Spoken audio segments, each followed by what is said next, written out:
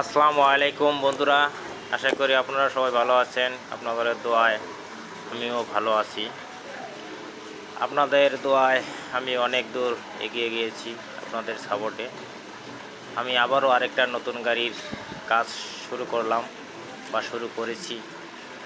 এই যে আপনারা দেখতে পাচ্ছেন, এটা হলো একটি পাওয়ার স্টিয়ারিং পাওয়ার টলি গাড়ির সামনের গিয়ার বক্স, এবং এটার একটা কাজ হয়েছে টানা পিটি7 গিয়ার বক্স এবং ক্রসের লাইন আর সামন চেজিস। এই যে আমি উল্টায় দেখাইতেছি, এটা হলো আমার সামন চাপের যে গাড়ির গিয়ার বক্সের টানা হলো মোট 6টা, ওইদিকে 3টা এদিকে 3টা।